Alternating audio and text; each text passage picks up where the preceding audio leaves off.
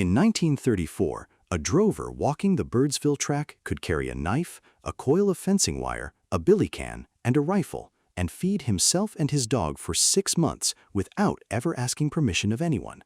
No license, no permit, no paperwork. Today, that same drover would face 14 separate violations before sundown. Number 8 on this list was taught in every shearing camp and every drover's cookhouse from Camooweal to Burke. Today, it carries fines up to $15,000 under New South Wales wildlife law. And number 3 was printed in the 1948 Australian Army Survival Manual as a standard bushcraft technique. Today, it is flat out illegal across every Australian state and territory. These 20 tricks kept Aussie drovers alive through droughts, wars, and stock routes that ran for 1,000 miles between water and meat. But one by one, the regulations buried them. Some for good reason, some because somebody in an office in Canberra decided your great-grandfather was too free. Subscribe, because this list is about to make you rethink everything you thought you knew about Australian survival. Let us count down the 20 bush survival tricks the old drovers used that are now illegal in Australia. Number 20, collecting rainwater off the road. Your great-grandfather did not ask the sky for a receipt. When it rained, he caught it. Every drover's camp from the Darling Downs to the Kimberley had a Hessian tarp strung between 2 stockmen's whips, funneling water into a tin pannikin. A single inch of rain on a 4x4 meter tarp delivers around 50 liters. He knew this the way he knew the angle of the sun. During the Federation drought, when bores ran dry from Burke to Charlenel, drovers who collected rain off their own gear kept their cattle alive when others lost the lot. The technique cost nothing. The Hessian was already on the swag. The pannikin was already at his belt. But beginning in the 1990s, several Australian states started classifying any rainwater catchment over a certain volume as a regulated water capture, requiring permits in some shires for collection systems that exceed household-scale limits. Catchment area councils in Sydney's water supply zones still restrict private rainwater storage in some catchments. The idea that the rain falling on your own ground could be regulated would have made your great-grandfather laugh until he cried. Number 19. Wire snares for rabbits and roos. Before dawn, a drover walked his snare line with a pocket full of wire loops. He bent saplings, tied slipknots, and set snares along trails where rabbits and wallabies moved between water and feed. By mid-morning, he had breakfast. A roll of fencing wire cost a few pence in the 1940s and lasted a season. The snare was the bushman's hunting tool. No ammunition, no firearm, no noise. Drovers across the inland used them daily because they fed a man and his dog without spending a cartridge that cost half a day's pay. The technique was precise. The loop hung exactly 4 fingers above the trail. Too high and the animal ducked under. Too low and it triggered without catching. Today, snare trapping of native wildlife is illegal in every Australian state and territory under wildlife protection legislation. Snaring kangaroos without specific commercial license carries fines up to $10,000 in New South Wales. The skill that fed bush families for 100 years is now treated like poaching. Number 18. Building a bush shelter on Crown land. If a drover got caught in a cyclone in the top end, he built a shelter. He did not file paperwork. He cut paperbark sheets, leaned them against a fallen eucalyptus, and packed the gaps with grass and bark until the wind stopped reaching him. Lean-tos and bark shelters were standard knowledge taught in every drover's camp through the 1950s. The technique was practiced by every Aboriginal stockman, every European jackaroo, every overseer on every station. But today, constructing any structure on Crown land or in a national park, even a temporary debris shelter, violates state land management legislation. Even temporary shelters left standing overnight can be cited as unauthorised camping. Rangers have fined hikers for building lean-tos in the Snowy Mountains and dismantled shelters in Kakadu. The most basic survival skill your great-grandfather ever learned, keeping the rain off his back with sticks and bark, is now a bureaucratic offense in the bush his taxes pay for. Number 17. Carrying a fixed-blade knife. Your great-grandfather's belt knife was not a weapon, it was a tool. He used it to clean fish, split kindling, notch trap stakes, gut a rabbit, whittle tent pegs, and slice damper. A fixed-blade sheath knife rode on his hip the way a phone rides in your pocket. It was always there because he always needed it. In the 1940s, every shearer, drover, and stockman in Australia carried one as standard kit. Boys received their first knife at age 10 or 12, and keeping it sharp was a point of pride. Today, carrying a fixed-blade knife in public without a lawful excuse is illegal under state weapons legislation across Australia. Penalties include fines up to $5,000 and possible custodial sentences. The same knife your great-grandfather used to dress a beast on the stock route could now get you arrested walking through a country town main street. The laws vary state by state, but the message is consistent. The tool that built the inland is now treated like a threat. Number 16. Diverting a creek for stock water. When a drover needed clean water on the Barclay tableland, he did not carry a $40 filter. He read the country. He found a moving creek, followed it upstream past any cattle pads, then dug a shallow hole 2 feet from the bank. Groundwater seeped in, filtered naturally through sand and gravel, and was cleaner than the creek itself. If he needed to move water to his camp, he laid a split log channel to redirect the flow. Some drovers built small rock dams on seasonal creeks to create pools deep enough to bucket from. It was practical engineering. But today, any alteration to a natural waterway, even a temporary dam of stacked rocks, can violate the Water Management Act in most Australian states. Diverting flow without a permit is a state offense. The same rock dam your great-grandfather built to water his cattle could now trigger an investigation under environmental protection legislation. The man dying of thirst 3 miles from his vehicle does not care about catchment allocation tables. Number 15. Foraging native plants on Crown land. Every drover knew the bush like a chemist shop. He picked warrigal greens in October, dug ruby saltbush root in spring, gathered native raspberries through summer, and harvested quandongs in autumn. Foraging was not a hobby. It was how a man on the road supplemented rations that ran thin between supply stops. Children carried billies into the bush and came back with native limes, bush tomatoes, and pigface fruit that their mothers turned into damper toppings and preserves. But today, foraging native plants on Crown land or in national parks is prohibited in most Australian states. Collecting plants, mushrooms, fruits, and seeds in national parks violates state wildland and protected area legislation, with fines reaching several $1,000s. The knowledge your great-grandmother carried in her head, which plants were edible, which were medicinal, which would kill you, is now irrelevant in the places where it mattered most. If you have made it this far, you are in the 10% who care about this. Number 1 is the reason I made this video. Number 14. Fishing without a recreational license. A drover fished because he was hungry, not because it was a weekend activity. He walked to the nearest waterhole with a hand line, a hook, and a worm dug from the saltbush flat. There was no license in his swag. There did not need to be. Through the first half of the 20th century, millions of rural Aussies fished daily for food with no regulation whatsoever.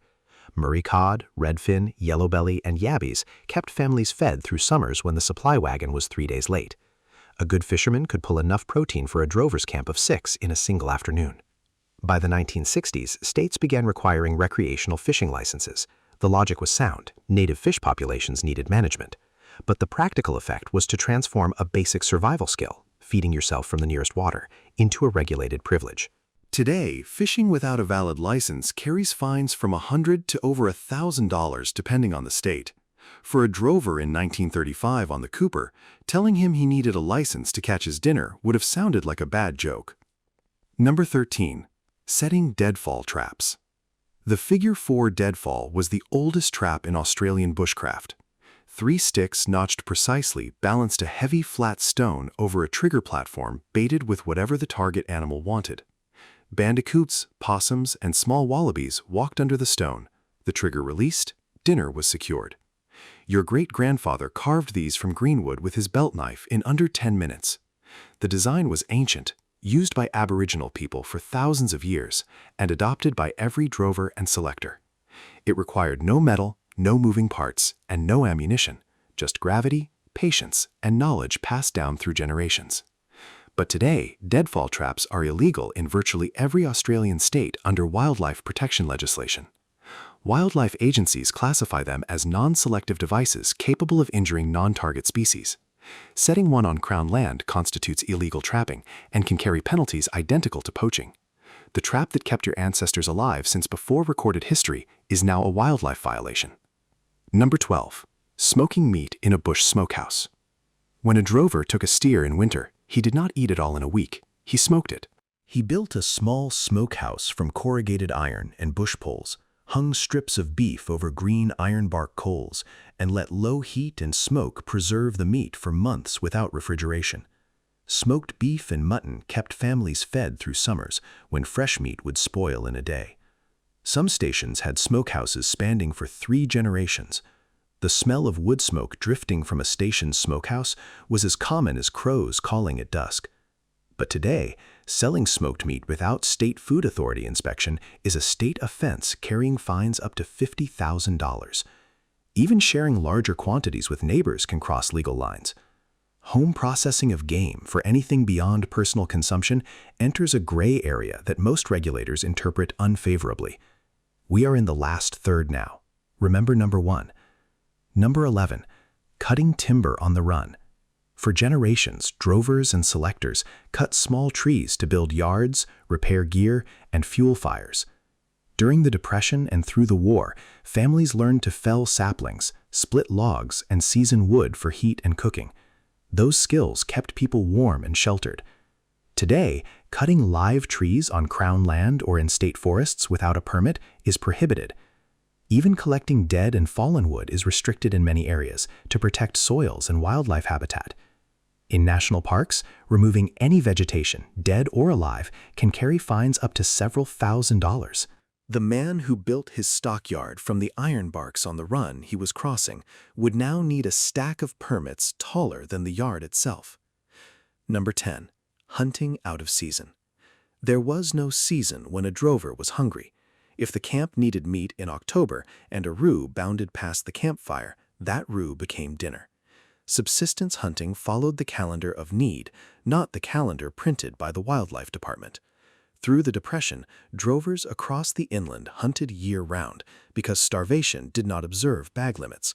Oral histories from the Channel Country describe drovers who survived entire dry seasons on roo, possum, and bush turkey, taken whenever the opportunity arose. The meat was eaten, the hide was tanned, the bones were boiled for broth.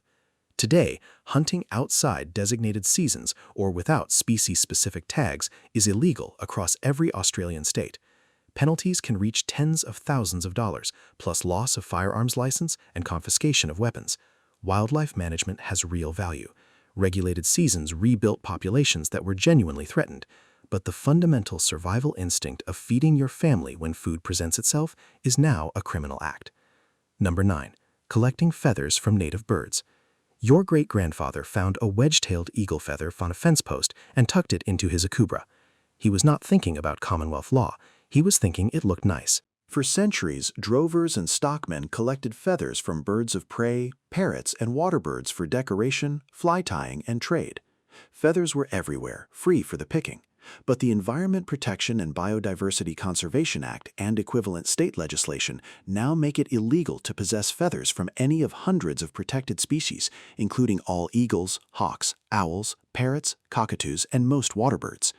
Picking up a single feather from the ground, even one shed naturally, can technically result in a fine of up to $10,000 under federal law. The feather your great-grandfather wore in his hatband without a second thought is now a Commonwealth offense sitting in your dusty old hatbox. Number 8. Burning off in autumn. Every autumn, your great-grandfather set fire to his paddocks deliberately. He burned brush, cleared deadfall, and scorched the understory to prevent catastrophic bushfires that consumed entire ranges.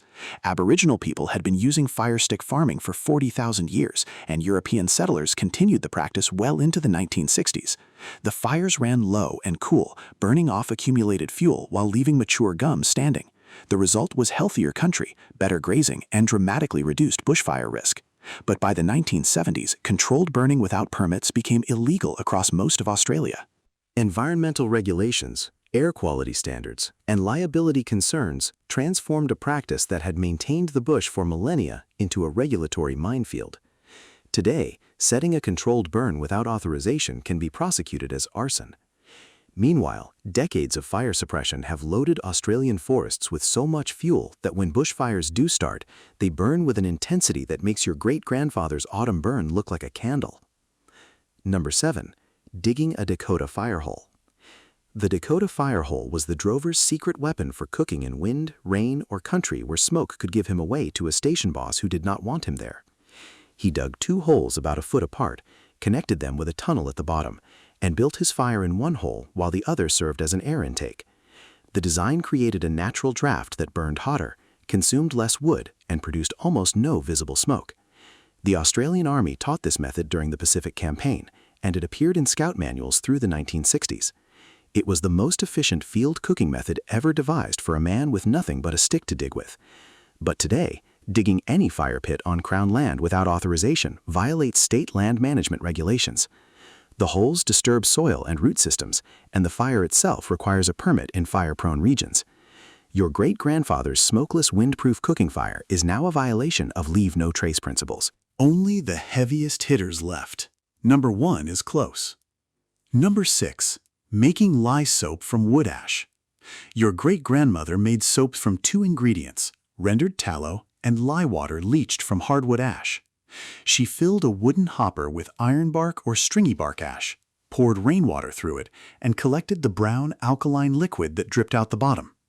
Mixed with melted tallow in an iron pot over an open fire, the mixture saponified into bars strong enough to strip grease from a camp oven and gentle enough to wash a baby. Bush families made soap once or twice a year, producing enough to last until the next batch.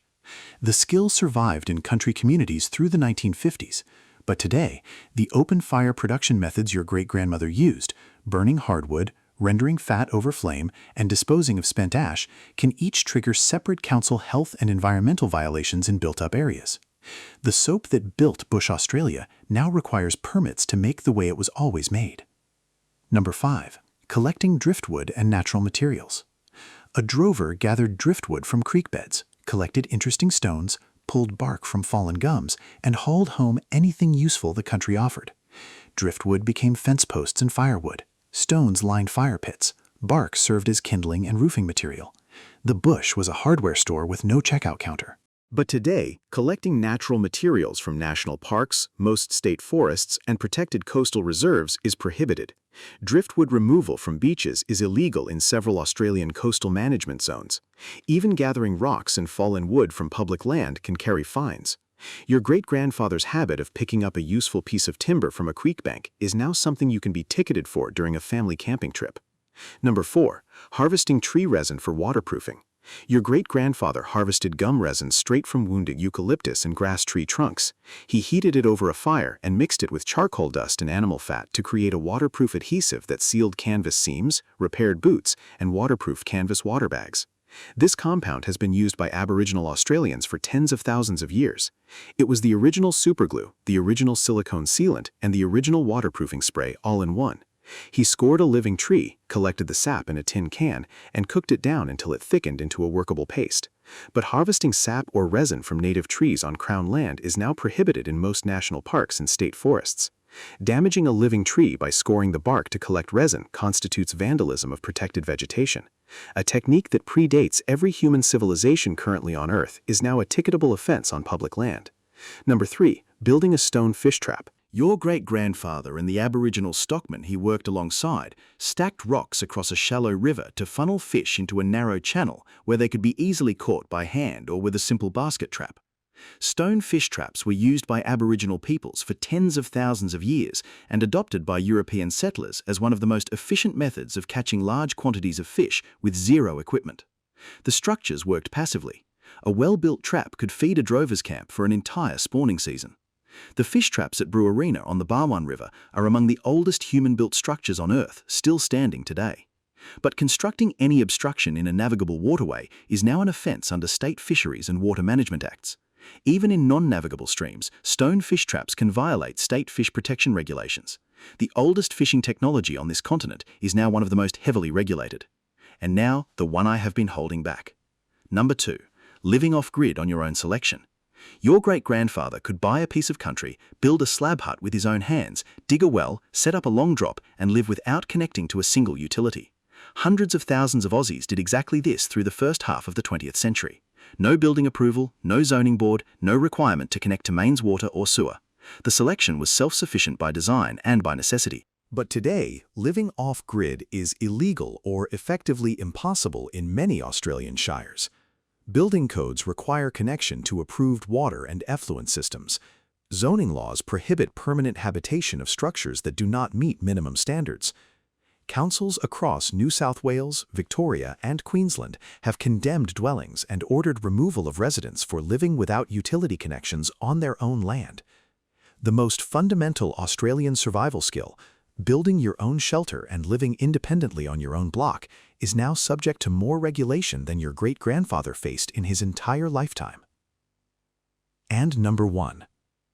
Carrying fire across the country. This is the one that ties everything together. Your great-grandfather carried fire with him. A tin of waterproof matches, a flint striker, a smoldering punk of slow-burning ironbark wrapped in green leaves. Fire was survival itself. It boiled water, cooked food, warded off dingoes, signaled rescuers, dried wet swag, and kept the cold from killing a man in his sleep on a frosty Monaro night. The ability to start and maintain fire anywhere, anytime, was the single most important survival skill a human being could possess. Every generation of bush Australians, from the first selectors to the diggers of the Second World War, understood this as a fundamental truth. But today, open fires are prohibited on vast stretches of public land. Total fire bans cover millions of hectares during summer and autumn. Lighting a fire without a permit, even in a genuine survival situation, can result in criminal charges if the fire spreads. In Victoria, after Black Saturday, an escaped campfire can trigger liability for suppression costs that reach into the millions. The tool that made human civilization possible is now the most regulated act you can perform in the Australian bush. Your great-grandfather did not break laws. The laws had not been written yet. He lived in a world where competence was assumed and self-reliance was expected. He carried a knife, caught his dinner, built his shelter, and lit his fire, because that was what a capable man did. These 20 skills kept Aussies alive for generations. Some of the regulations that replace them are necessary. Some protect resources that genuinely need protecting.